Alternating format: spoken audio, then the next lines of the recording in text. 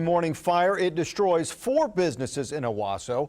Happened this morning around 5. Now families that own the businesses are left to pick up the pieces. 2 News reporter Max Resnick joins us now live in Owasso with what's next for one of those families. Max? Yeah, Russ, we actually have an update from the Owasso fire marshal. He says that the fire, more specifically, the origin of it started in the adjoining wall between the pool supply store and the glass store. Now, originally they thought it happened in the glass store, which is right behind the tire shop right here, and you can just see the damage. It is unbelievable. You can see the broken glass. You can see the charred wood.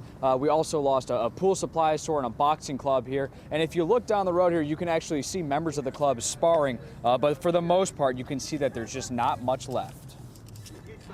The exact location for 20 years. In June, it would have been 20 years. This is what's left of Dan Walton's shop, Reliable Tire and Auto. It's brick and mortar and sheet metal and plastic. You can get more of that. Flesh and bone's a little harder to come by.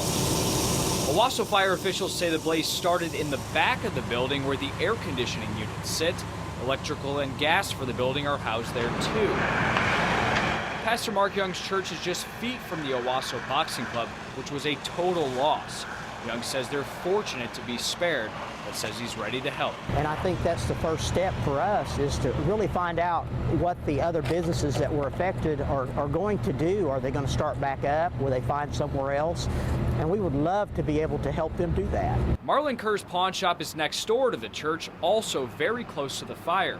He says it's hard to see families and friends in the same strip center lose their businesses. It puts a sore area in your stomach to try to, because you build a business and then you watch it go up in flames. That's not a pretty sight.